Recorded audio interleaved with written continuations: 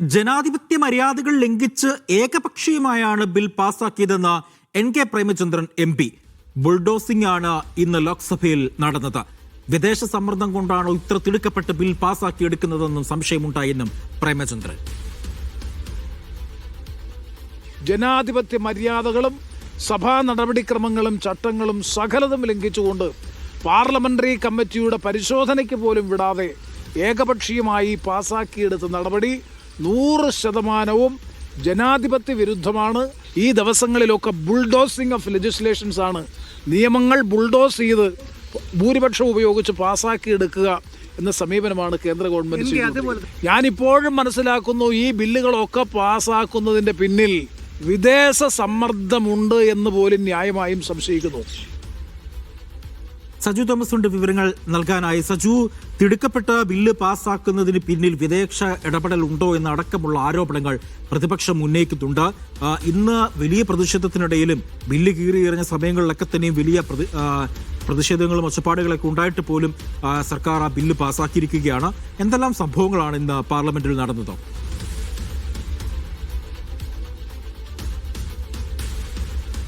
അജയ്, വലിയ തോതിലുള്ള പ്രതിഷേധമാണ് ലോക്സഭയിൽ ഇന്ന് അരങ്ങേറിയത്. പ്രത്യേകിച്ച് ബില്ല് പാസ്സാക്കിയത് JPCക്ക് വിടണമെന്ന ആവശ്യം തള്ളിയതോടെ പ്രതിപക്ഷ അംഗങ്ങൾ ഒന്നടങ്കം നടുത്തളത്തിലേക്ക് ഇറങ്ങി ഗാന്ധിജിയുടെ ചിത്രങ്ങൾ ഉയർത്തിയുള്ള വലിയ തോതിലുള്ള പ്രതിഷേധമാണ് ഉണ്ടായത്. അതിനിടെയാണ് UDFലെ 3 MPമാർ ലോക്സഭാ സെക്രട്ടറി ജനറലിന്റെ ചേംബറിന് മുകളിലേക്ക് കയറി വലിയ തോതിൽ പ്രതിഷേധ മുദ്രാവാക്യം വിളിച്ചത്. പ്രത്യേകിച്ച് കൃഷിമന്ത്രി ശിവരാജ് സിംഗ് ചൗഹാന്റെ മുൻപിലേക്ക് ഈ മുദ്രാവാക്യങ്ങളോടൊപ്പം തന്നെ പോസ്റ്ററുമായി എത്തി ഈ ബില്ലിന്റെ പതിപ്പ് ലോക്സഭയിൽ കീറിയെറിയുന്ന കാഴ്ച വരെ ഇന്ന് ലോക്സഭയിൽ ഉണ്ടായിട്ടുണ്ട്. വലിയ തോതിൽ പ്രതിഷേധങ്ങളൊക്കെയും അവഗണിച്ചുകൊണ്ട് ബില്ല് ഏറ്റവും ഒടുവിലായിട്ട് ലോക്സഭയിൽ പാസ്സാക്കുന്ന നടപടിയാണ് കേന്ദ്ര സർക്കാരിന്റെ ഭാഗത്തുനിന്ന് ഉണ്ടായത്. ഇന്നലെ 8 മണിക്കൂർ അധികമാണ് ഈ ചർച്ച, ബില്ലുമായി ബന്ധപ്പെട്ട ചർച്ച നടന്നത്. 98 അംഗങ്ങളാണ് ബില്ലുമായി ബന്ധപ്പെട്ട് സംസാരിച്ചത്. ഇന്നായിരുന്നു മന്ത്രിയുടെ മറുപടി വെച്ചത്. മന്ത്രിയുടെ മറുപടി ആദ്യമേ ആരംഭിച്ച സമയം മുതൽ തന്നെ പ്രതിപക്ഷ അംഗങ്ങൾ വലിയ തോതിൽ മുദ്രാവാക്യം വിളിക്കുകയും ബില്ല് റദ്ദാക്കണമെന്നും RSSന്റെ അജണ്ടയാണ് നടപ്പാക്കാൻ പോകുന്നത്, രാഷ്ട്രപിതാവിനെ വീണ്ടും വീണ്ടും വധിക്കുകയാണ് BJPയും RSSും കൂടെ ചേർന്ന് എന്നുള്ള വലിയ തോതിലുള്ള മുദ്രാവാക്യങ്ങളും പ്രതിഷേധങ്ങളും ലോക്സഭയ്ക്കകത്ത് ഉയർന്നെങ്കിൽ പോലും അതിനെയൊക്കെയും വെല്ലുവിളിക്കുന്ന തരത്തിലേക്ക്, ജനാധിപത്യപരമായിട്ടുള്ള എല്ലാ രീതികളെയും വെല്ലുവിളിക്കുന്ന തരത്തിലേക്കാണ് ഇന്നിപ്പോൾ ലോക്സഭയിൽ ഈ ബില്ല് പാസ്സാക്കിയെടുത്തിരിക്കുന്നത്. 2005-ൽ UPA സർക്കാർ കൊണ്ടുവന്ന് ലോകത്തെ തന്നെ ഏറ്റവും പ്രധാനപ്പെട്ട രീതിയിലേക്ക് ഇന്ത്യയുടെ ദാരിദ്ര്യ നിർമ്മാർജ്ജനമടക്കം മാറ്റം വരുത്തിയ വലിയൊരു പദ്ധതിയെ അതിന്റെ പേരടക്കം മാറ്റി, BBG റാംജി എന്ന് അതിന്റെ പേരടക്കം മാറ്റി ഒരു BJPയുടെ അജണ്ടയാക്കി മാറ്റിയിരിക്കുകയാണ്. കോൺഗ്രസിന്റെ MPമാരും അതോടൊപ്പം തന്നെ UDFന്റെ MPമാരും ഇന്നലെ തന്നെ മാധ്യമങ്ങളോട് പറഞ്ഞത് 2014-ൽ മോദി സർക്കാർ അധികാരത്തിൽ വന്ന ആദ്യഘട്ടം മുതൽ തന്നെ ഈ ബില്ല് ഭേദഗതി ചെയ്യാൻ വേണ്ടിയുള്ള പല നീക്കങ്ങളും ആരംഭിച്ചിരുന്നു. 2025 ആയപ്പോഴേക്കും അതവർ നടപ്പിലാക്കിയിരിക്കുകയാണ്. എന്തായാലും JPCക്ക് വിടണമെന്നോ അല്ലെങ്കിൽ സ്റ്റാൻഡിംഗ് കമ്മിറ്റിക്ക് വിടണമെന്നുള്ള പ്രതിപക്ഷത്തിന്റെ ഒന്നടങ്കമുള്ള ആവശ്യത്തെ നിഷേധിച്ചുകൊണ്ടാണ് ഇത്തരത്തിൽ ഈ ബില്ല് ഏകപക്ഷീയമായി പാസ്സാക്കിയിരിക്കുന്നത്. വലിയ പ്രതിഷേധങ്ങളാണ് ഇന്നിപ്പോൾ പാർലമെന്റിന് അകത്തും പുറത്തും ഉണ്ടായിരിക്കുന്നത്. ഇന്നലെ രാജ്യവ്യാപകമായി കോൺഗ്രസ് പ്രതിഷേധങ്ങൾ ഉയർത്തിയിരുന്നു. പ്രത്യേകിച്ച് രാജ്യത്തിന് വേണ്ടി ജീവൻ വെടിഞ്ഞ മഹാത്മാവിനെ വിസ്മരിച്ചുകൊണ്ടാണ് BJP സർക്കാർ മുൻപോട്ട് പോകുന്നത്. മഹാത്മാഗാന്ധിയുടെ പേരിനോട് ഇത്ര വെറുപ്പാണ്, മഹാത്മാഗാന്ധിയുടെ ഓർമ്മകളോടും അദ്ദേഹത്തിന്റെ ചരിത്രത്തോടും RSSനും BJPക്കും എതിർപ്പാണ് എന്നുള്ളതാണ് കോൺഗ്രസും മറ്റ് പ്രതിപക്ഷ പാർട്ടികളും ഇരുസഭകളും ഉയർത്താൻ ശ്രമിക്കുന്നത്. പക്ഷേ അതിനൊക്കെയും അവഗണിച്ചുകൊണ്ടാണ് ഈ VBG റാംജി എന്ന പുതിയ ബില്ല്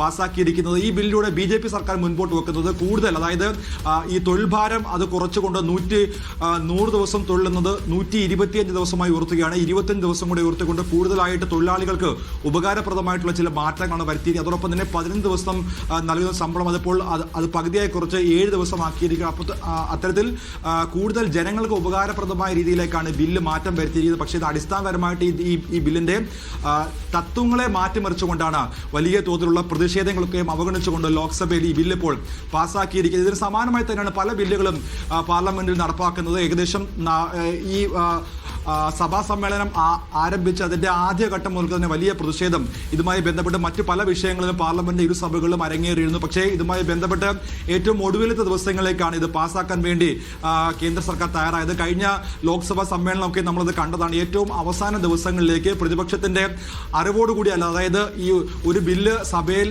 അവതരിപ്പിക്കണമെങ്കിൽ കൃത്യമായിട്ട് അംഗങ്ങൾക്ക് അത് മുൻകൂട്ടി നൽകണം, അല്ലെങ്കിൽ ഏത് ബില്ലാണ് സഭയിൽ അവതരിപ്പിക്കാനുള്ളത് എന്നുള്ളത് സഭയെ അല്ലെങ്കിൽ സഭയുടെ അംഗങ്ങളെ മുൻകൂട്ടി അറിയിക്കേണ്ടതായിട്ടുണ്ട്. പക്ഷേ ഇപ്പോൾ നമ്മൾ കാണുന്ന ഒരു രീതി എന്ന് പറയുന്നത് അർദ്ധരാത്രി 1 മണിയോടെ അല്ലെങ്കിൽ 2 മണിയോട് കൂടിയായിരിക്കും ഇത് ഈ ലോക്സഭയുടെയും രാജ്യസഭയുടെയും ബിസിനസ്സിലേക്ക് ഇത് വരുന്നത്.